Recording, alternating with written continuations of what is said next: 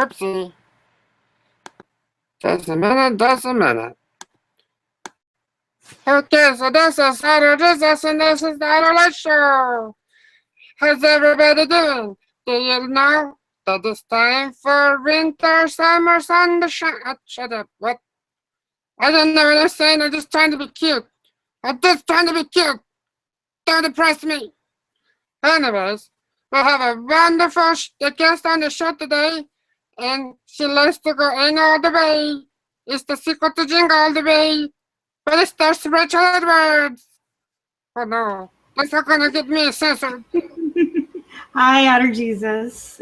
Hello, let me turn this camera. I really liked your crazy puppet dance. Yeah, it's fun to do. That's fantastic. Rachel, let's talk about you, huh? Well, thank you so much for having me. You're welcome. So first I'd like to ask, who are you and what do you do?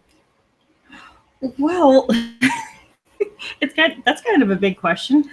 I do a lot of social political commentary. I usually talk about egalitarianism, men's rights, just different things like that, morality, all the philosophical jazz. But I also enjoy long walks on the beach, and I'm not going to go into that. No, but I've been involved in the men's rights movement for a while, and well, not very, very long, not as long as some people, but I think coming up on almost 3 years now. And so it's kind of a very interesting situation that I kind of fell into. But that's and I got in there from atheism, but now I'm rambling. It kind of happens. Okay. But I'm a writer for the most part. Probably should have said that first. Yeah, probably that'd be a good idea. Yeah. You never know how you're going to respond when you get in the middle of it all. Yeah. But that's mostly what I do. I try and write and give my perspective on things in hopes that it helps them to think about different things they may not have thought about before. So that's what I do. Where are you from? Actually, yeah, South Carolina. Oh. Oh yeah, the East Coast. Oh geez, I live by the beach, and people think that's really, really cool, but it's really not. So, Why not? It gets really, really hot down here. Oh, yeah, And we get a lot of tourists, and so it's boring when it's not tourist season. That's when the whole place comes to life. But that's also the same time that it's so damn hot you don't even want to go outside. Yeah, it's not nice when it's hot. It likes to be nice when it's cold. Yeah, I like the fall. I know that sounds... People will say that sounds really, really typical, but it's because that's the time when the temperature here is not either... it's not ridiculously hot to the point where you're just dying and sweating through your clothing. So that's why I like the fall. Well, now that everyone thinks that we're elderly people talking about the weather, let's talk about something else. Let's see. Who's your waifu? Who's my waifu? Oh my gosh, that's an involved question. There's so many. There's so many. So wait, it has to be a proper waifu. It can't be a husbando or anything. I don't care. I just think of waifu as your favorite female character, but it's okay if you want to say husbando. I think it's been a while since I've had either, but the last like major husbando I think I had was like Rurouni Kenshin back when I was like 17 years old. I was really, really into Rurouni Kenshin. Like he seemed like a really nice guy, but he could also fuck people up pretty bad. So I thought that was pretty cool. Did he have a nice butt? He had a big sword. Yeah, he had a nice butt. Yeah, he had and a sword. That's a good thing to have. Okay. Yeah. So, I think that it's true that Cora was a lesbian the whole time. What do you think?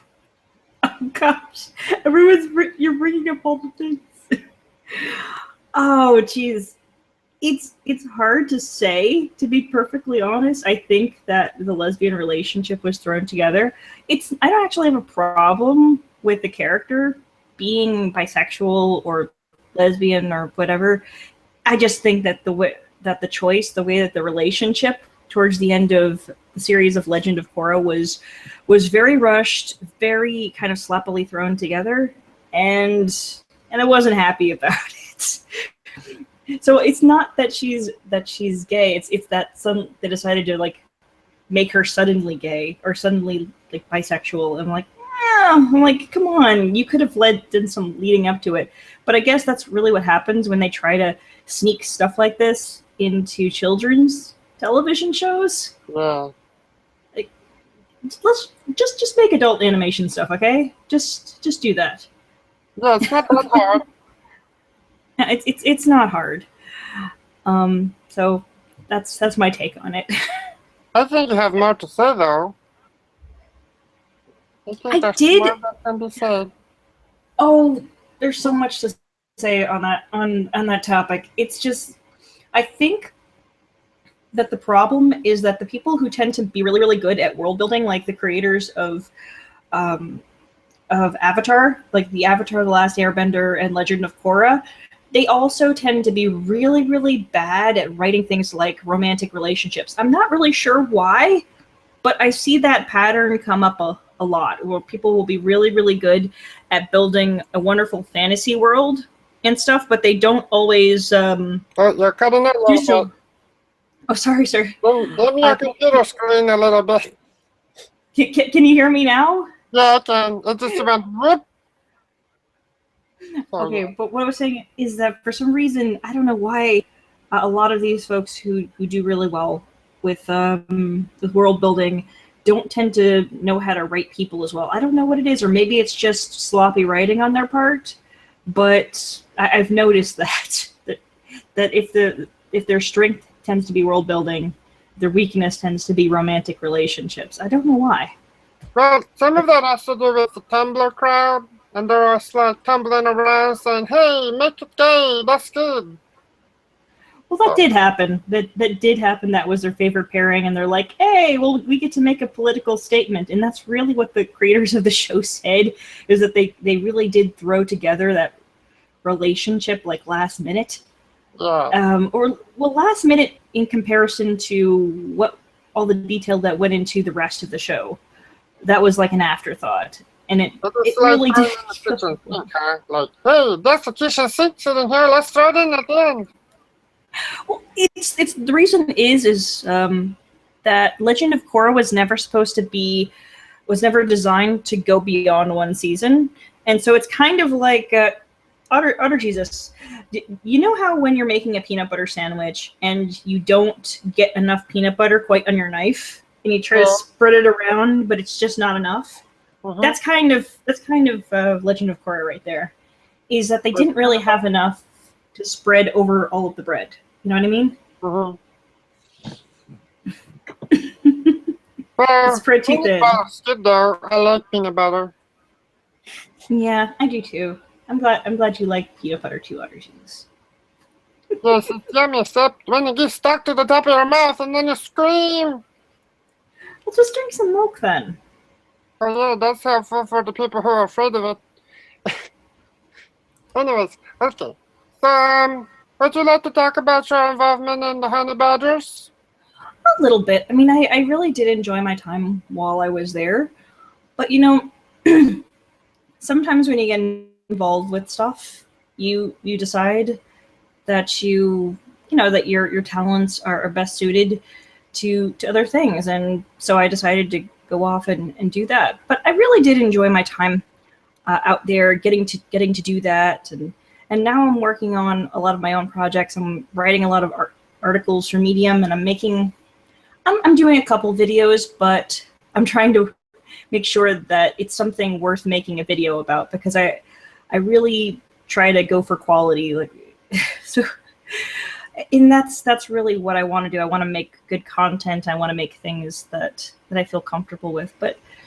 Oh gosh, it's kind of a really involved situation, and by that I mean, it started quickly, and sometimes when you get involved in something, you kind of blink and like a year and a half or 2 years have passed, and you don't know where all the time went. Yeah. And that's kind of Honey Badger right there. But it was a good kind of situation where it all kind of runs together for a while. But yeah, it was fun. Anything in particular you want to ask? Anything in particular you want to ask? I don't know. I just want to have you talk about it and make it that you've kind of moved on to do your own thing. Yeah. Good to know so people don't get confused. Yeah, I have my own channel right now, and I'm periodically putting out videos, trying to get on a regular schedule where I'm putting stuff out. This past week I haven't put anything out, but I'm hoping that I'll have another video this coming week. When are you gonna have Otter Jesus on? When am I gonna have Otter Jesus on? Yeah. Well, the question is, what sort of what sort of things would Otter Jesus like to talk about? we could talk about autism. That's a good thing to talk about. Okay, it's kind of a lot of the time. Because I'm autistic. Yeah. Your autism powers. Yeah. Oh, that shit wants me to ask you, do you want to build a snowman? It doesn't have to be a snowman. Yeah, I want to build a snowman. Yes, I do want to build a snowman. That's it. Listener wants to ask, why the butt? Why the what? Why the butt? Why the butt? The booty. Do you like to have your booty eaten like groceries? It's an ongoing joke among my friends that I have some kind of a butt obsession, but it's not really true. No, it's true. You know it's true. No, I actually, if I have to say what I do have a bit of a thing for is, for some reason, like broad shoulders, like on a guy. Oh. I like shoulders, yes. And neck too. I don't know what it is, but somehow, for some reason, like a really nice neck and shoulders on a guy. It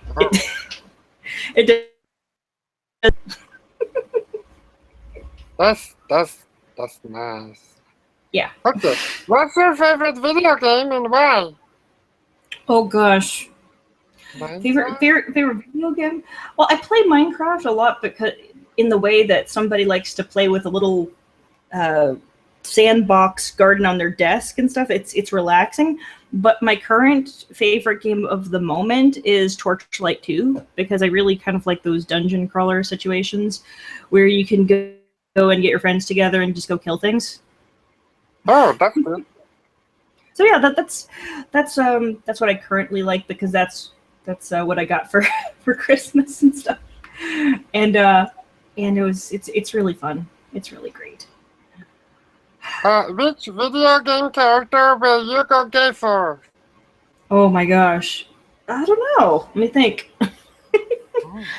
Let me think on that for a moment. Oh, I don't know. Bayonetta's pretty hot. Oh man, she's kind of hot. I don't know. She's a little over the top though. She's like, hey, look at my legs. They go on for miles. Yeah, I don't know. It's the glasses though. It's the glasses. I have a nerd fetish. I've said this to people before. They don't think I'm serious, but the glasses, they do it for me. Wait, are there? There's not enough characters, guys or girls, with just glasses that are protagonists in games. I think the feminists are always talking about there's not enough female characters. Where I say there's not enough characters with glasses. Sign the petition. Act like you're oppressed. Donate to my Patreon. Actually, I don't have a Patreon yet, but I'm thinking. I'm thinking of making one though. Not for that reason though. Oh, yeah, okay. Oh, this is one of the questions I always need to ask. But I always have to think of something different. What if Zelda was a Trans Am that exploded? A Trans Am that exploded? Yeah, I don't even know what a Trans Am is. Well, I think that if I'm not sure what that is either, It but is a comic. I guess I would hope that she exploded like near something that needs to be destroyed. Mm. And I was just thinking of there's that one movie, Jane Fonda's Mafia, which was a parody film. And at the beginning, you think one character gets in the car and explodes, and then it just keeps flying up in the air over and over again. I like parody films.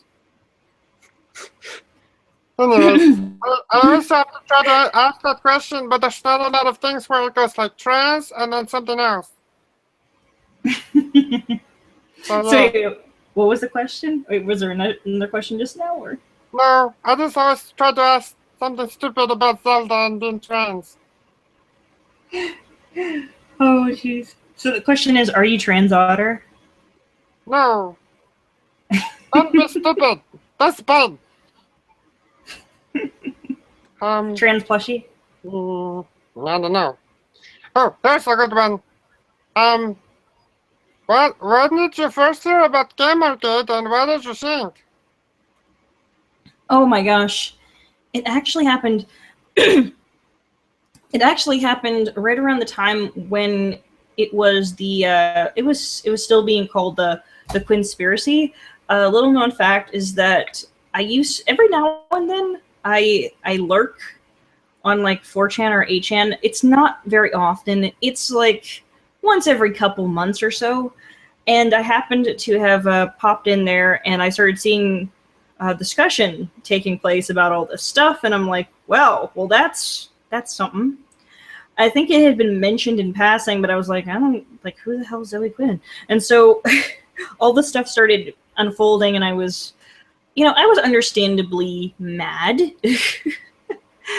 And so I told a lot of the Badgers about it and things like that, and I think everybody sort of found out about it around the same time, but they weren't sure whether or not it was something we should talk about.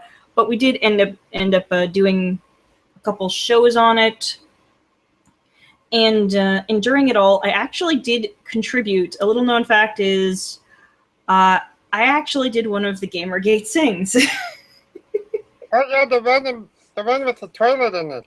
Yes, I was the voice of Elsa. I was that. Was a good one. I'll need to link that in the description. Yeah, I didn't give my identity because I didn't want my participation in Gamergate Sings to be about the fact that I'm involved with men's rights or anything like that. I really wanted it to be about Gamergate and showing support for all the things that they were trying to do. And I recognized that it's everybody serves a purpose, and you try to put your best talents towards something. And I figured, okay, well, I can sing, and or I think so. And so I tried to, and so I said, you know what, that these folks need a little bit of a morale boost, so I want to participate, and so I did, and I submitted audio, and I think twice, and I actually submitted some lyrics too. I think for the aggro inside of me, I did that one as well. So it's I'm guilty. Guilty as charged. But it was a lot of fun, and I think we've done a lot of great things in Gamergate. The thing that people need to remember is that in any movement, conflict resolution is key. So being able to talk out differences and things like that. Sometimes it seems that things are winding down, but I think that what's happened is people have refocused on what they really need to be fighting to handle what's happened in games journalism. And that's the larger battle of the media itself. It's become so corrupt and so full of bullshit that these folks don't know how to do anything else. That they don't know how to do it differently, and so it just, when you tell them like I need you to have this standard of journalism, they don't know what to do with it. They're like, what? Well, they want standards. Yeah, What is and this shit? Yeah, so it needs to. It really needs to change, and I think the mask is slipping, and people are starting to wake up. Even just regular folks who weren't involved in Gamergate are starting to see that what's happened in media is just either leaning left or right. They have their own agenda. They're very much motivated by what benefits them the most, what benefits that particular news organization the most, and so it's going to slant in whatever way they feel benefits them and the corporation that owns them. Yeah. That's really the situation, unfortunately. It's very complicated. Yes, it's very complicated. Okay, so let's move on to something more fun. Okay. When did you first hear of Otter Jesus, and what did you think? I actually remember you would follow me on Tumblr, and I would see you I would see you come up again and again in the the greatest fans thing. Or there's on Tumblr it tells you who your top fans are. Things are people who are checking you recently, and you would show up again and again. And I was like, oh, I know who that is. And then I saw you again on Twitter, and I was like, oh my gosh, it's Otter Jesus. It's like from Tumblr. Yeah. I was wanted to talk to that guy, and I was glad to have finally talked to you too. It was great. Yeah, we have good times, and then we argue a little bit about some stuff, but it's okay because it's rephrase.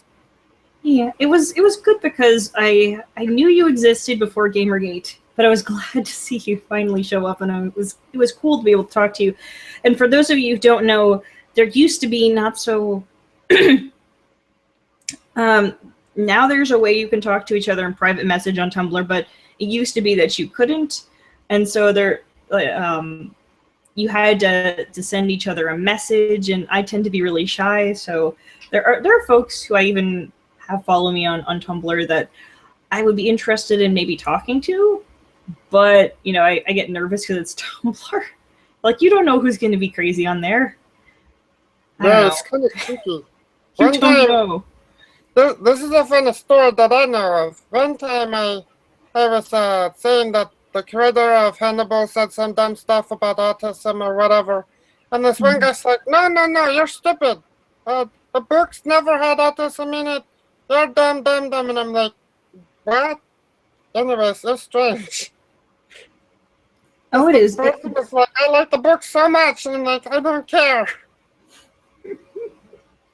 I don't go on Tumblr too much anymore. It's hard for me to get myself to write a lot, so I just don't do it. I go there on occasion because there's a lot of really cool people that I follow, and so there'll be a lot of art and memes and cool information about men's rights or egalitarianism or anti-social justice stuff, and just a lot of really neat stuff. And I really love my feed. I love my Tumblr feed so much because a lot of really neat stuff shows up in it. But I don't spend as much time on social media as I guess I could because I don't know what it is, but for some reason, people spend enough time on social media, they just start going bonkers. They just start going crazy. You know what I mean? Like Twitter, people just go nuts on Twitter. They say things they normally wouldn't. Hey, that's social media. a little too close to home for me. You're saying bad stuff about me. No, I didn't. No, but it's true. It's fine. It's true about me. I'm a little crazy. What? No. It's okay. What's funny though, on Tumblr is my phone's always saying, hey, Naughty Nerdist is saying some good stuff on Tumblr, and I'm like, okay. It bugs me about you. Oh gosh, it's actually really cool.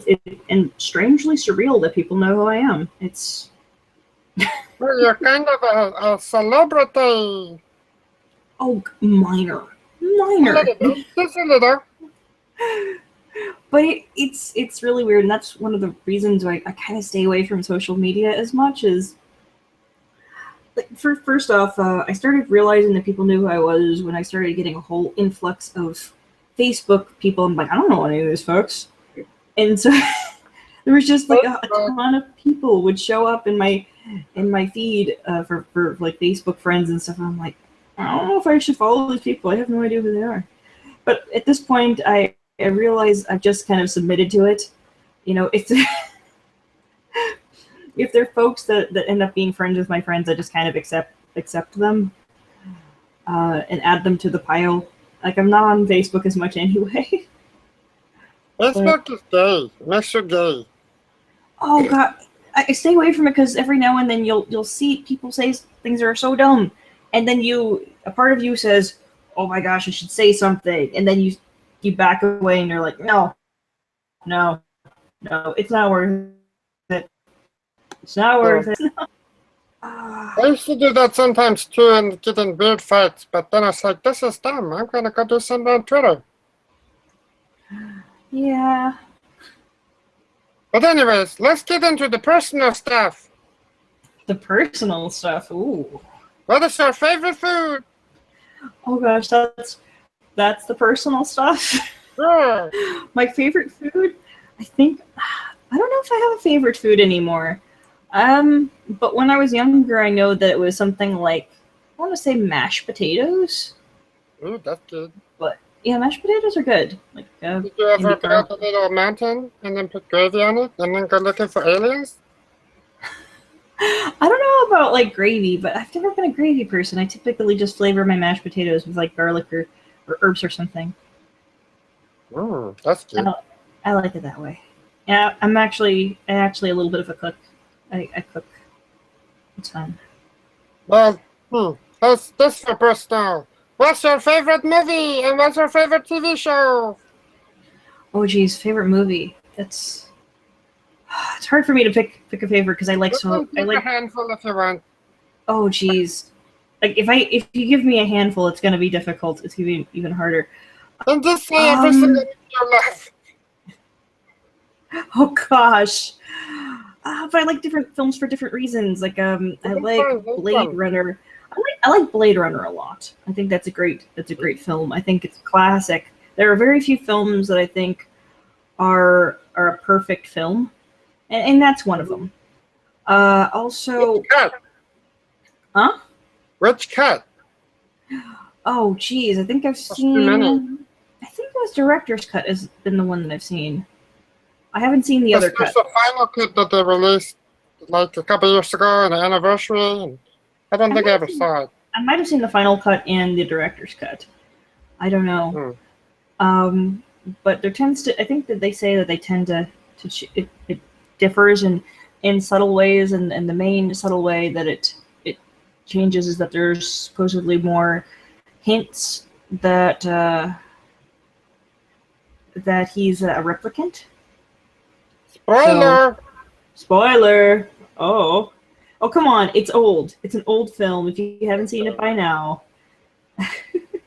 But I like films like that. I also like Dread a great deal. The most recent. Oh yeah, it's a fantastic film. That's a really great. There's so many. But I'm picky about my films. But here's the thing. The way it kind of works in my brain is that there are films that I like, but I know that they're not all that good. But they're the kind of films that are just feel-good movies. Like you put it on, you feel good watching them, and stuff like that. It's not anything heavy or some kind of art piece or anything like that. But it's just fun. Like one of my guilty pleasures is like Blades of Glory. There's nothing complicated about that film, or like a Walk Hard, the Dewey Cox story. Oh my! They're funny films, and they're completely ridiculous, but I like them. But a comedy film that is, I guess, more upper crusty that I like, or the ones that I like are like I like Monty Python and the Holy Grail. I like Blazing Saddles, Spaceballs, the Mel Brooks films. Those are fantastic. Love that stuff. Okay, how about TV shows? So many. Oh gosh, I like Sherlock. I like. I'm currently watching Grimm. I was watching Gotham, but I have to go back and see if it pulls itself out of the hole that it's in. What else? Oh jeez, trying to think of what else I'm currently watching as well. I like a little bit of Steven Universe, but is it the best show in the world? Not really, but it's still nice to watch. Uh-oh, you're gonna get some hate mail. It is the best one. This is the best case everywhere. Oh gosh, there's so many. Jeez. The way that TV shows tend to work for me are that I really enjoy a series that has a definite beginning and a definite end. I also like Penny Dreadful, but it started out really fantastic, but it's becoming more of a guilty pleasure as they start going a little bit weird with the side stories. But yeah, I have a soft spot. I have a soft spot for like costumed Victorian historical dramas. That's because you're a dirty slut. What? Dirty slut? Is that what No, that's just so bad for you to say. No, you're a slut. Oh, Jesus. There's some fun quick questions. Okay. Pineapple on pizza, yes or no? No. Hmm. Blasphemy. What do you think about Beyonce being a rich white woman in 10 years? Well, that's one way to be more like Michael Jackson. Oh, no. That's what I think. Here's another one. What do you think about the new Star Wars? Hope you didn't get the hype culture disease. I, for once, love it. What? Oh, that's just a comment. I haven't watched it yet, but I remember I tried watching the bootleg. I watched a couple minutes and I felt incredibly depressed. Like I couldn't get beyond, I think, the 5-minute mark because of how depressingly bad it felt. I'm like, this doesn't feel like Star Wars. Like, I don't know if I can sit through this. Did you feel like there's way too much hype? Yeah, it doesn't feel like Star Wars. Even like the Star Wars television shows feel more like Star Wars than the film did upon, the way everything was set up. I felt like, for all his flaws with George Lucas, he at least knows how to set up a scene and do proper scene transitions and stuff like that. Yeah. And I don't know if I feel that way about J.J. Abrams. I think that he very much wants to be Steven Spielberg and like George Lucas and stuff like that, but he really isn't. He doesn't have the directorial talent, is what I'm getting at. Yeah, he mostly just leeches off of other people's talent and says, "Hey, look at me, I'm a Jew boy." Uh-oh. That's bad. Oh. Other Jesus stuff in the oven. That's racist, Otter Jesus. That's very racist for me to do. No, but he's dumb. I don't like him. That's a no-no. That's a no-no, Otter Jesus. Anyways, we're getting close to the end of the show. So is there anything else you'd like to say? Oh, jeez. I guess so. Check out my articles on Medium. I work really, really hard on them. In my YouTube channel, I'm putting out videos. Hold on just a minute. I'm putting in. Really good, but I'm friends with her, so this is collusion. What? I said that we're friends, and I said that they're really good articles, but that this is collusion right here, so you need to be careful. You might be just doing it for sex. What? I'm not autosexual. Oh no, never mind. I'm sorry for interrupting. Yeah, continue. You said a Medium article so there and your card. It's medium.com/@naughty_nerdess, and you can find my articles there. I'm also doing a YouTube channel. Unfortunately, I don't have a proper YouTube channel name majig. So I think if you look up Rachel Edwards, it should pull up. It's all in the description. Yeah. but that's where you'll be able to find me if I can ever figure out all the mysteries of Google Plus. For some reason, it always eludes me. Excellent. Enjoy the after show sex. Uh-oh. After show sex. Oh, no, sorry, I didn't tell you. No, that's joke. Okay.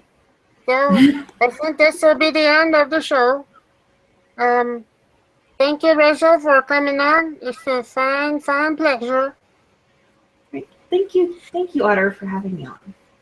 Hopefully sometime we could do it again in the future. Okay. You could have me on your shows. That would be fun. And we can collude some more. Oh gosh. Oh, the collusion! Yay. Anyways, so this has been the Late Otter Show. Thank you for watching. Share with everyone. Check out Another Nerdist's links in the description. And this is all for us to be. Good night, everybody. Night, everyone. No, me is the last word for me. Okay. Yay, I win.